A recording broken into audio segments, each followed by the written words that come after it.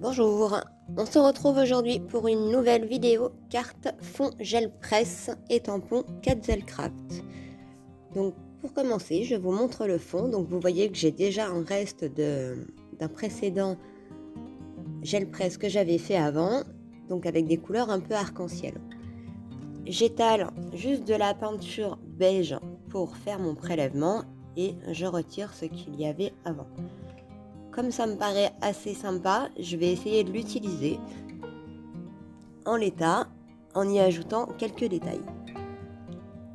Vous voyez, c'est le pochoir que j'avais utilisé sur le précédent fond.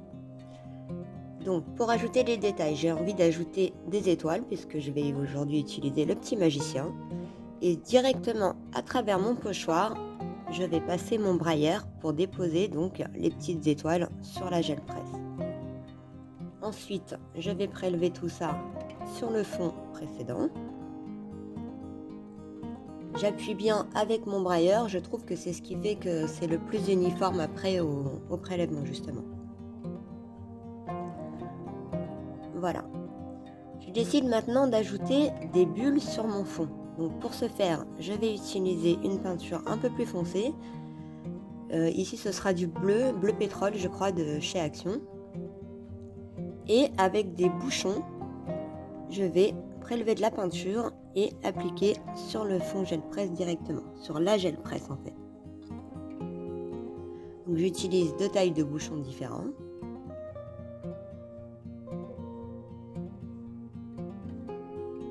Et je viens prélever le tout. Les ronds s'impriment ainsi sur ma gel presse et mon fond est terminé.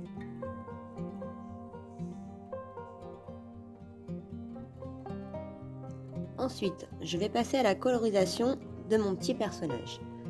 Donc j'utilise une planche d'Epabo de chez Quetzalcraft. Donc vous voyez, c'est une planche caoutchouc. Donc, comme elle ne s'imprime pas correctement sur mon... Non, elle ne colle pas en fait sur la vitre de ma planche à tamponner, je viens avec du double face, donc là un petit rouleau, appliquer un petit peu au dos et comme ça je peux le prélever. Ça gênera pas ensuite pour le rangement, je le mettrai directement sur la page et je pourrai le récupérer sans déchirer puisqu'il a déjà servi. Donc, comme je choisis de faire ma colorisation à l'aquarelle, j'utilise de la Versafine évidemment pour éviter que ça bave. Avec la Memento, ça risque de baver. Je réimprime plusieurs fois mon tampon de manière à avoir la planche entière bien correcte parce que j'utiliserai tous les tampons et ça m'évite de la couper. Même si c'est pas gênant. On a le droit de couper ces tampons caoutchouc si on veut les ranger ou n'utiliser qu'un seul.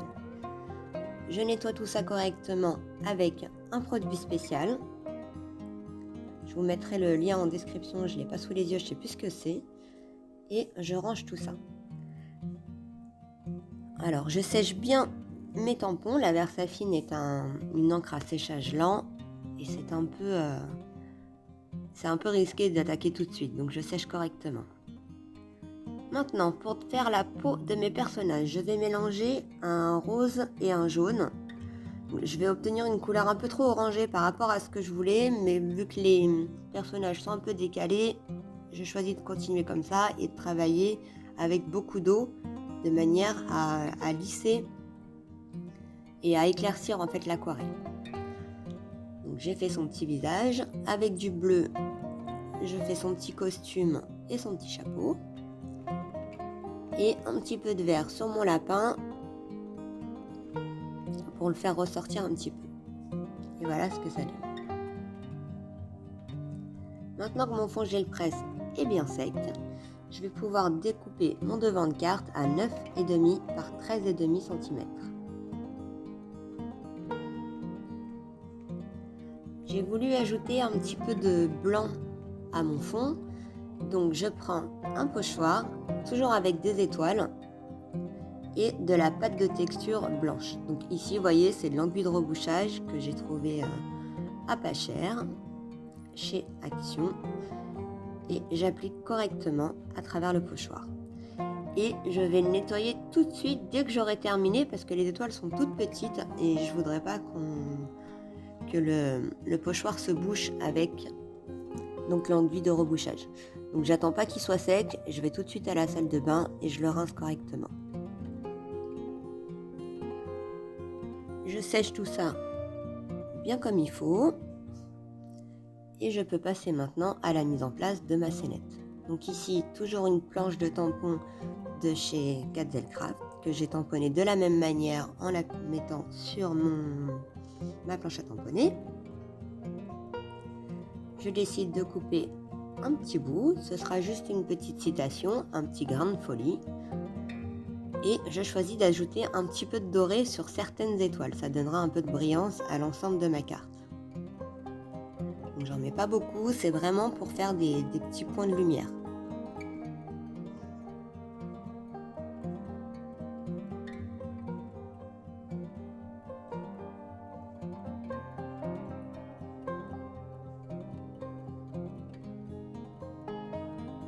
Je vais maintenant pouvoir mettre en place mes éléments.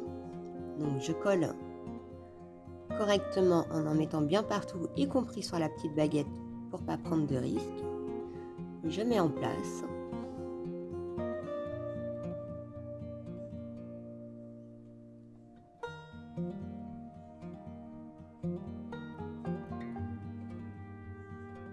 Et j'utilise un bloc acrylique pour tenir tout ça bien en pression le temps que ça colle.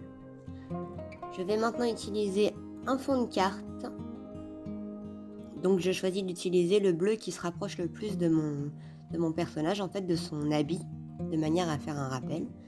Et je coupe donc ma base de carte à 10,5 par 14,5 cm. Pour faire un petit rappel de doré, je choisis de mettre mon fond de carte à 10 par 14 cm, pardon, 10 par 14, et j'évite pour récupérer le petit doré là qui servira à rien, qui sera pas vu et qui pourrait servir une prochaine fois pour faire une étiquette ou autre chose.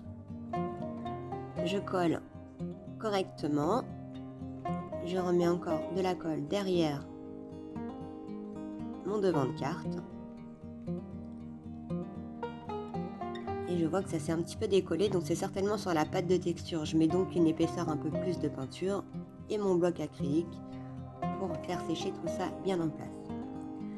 Je trouve un petit peu fade, du coup je décide d'ajouter un cadre tout autour, simplement avec un feutre fin noir et aussi sur les sentiments.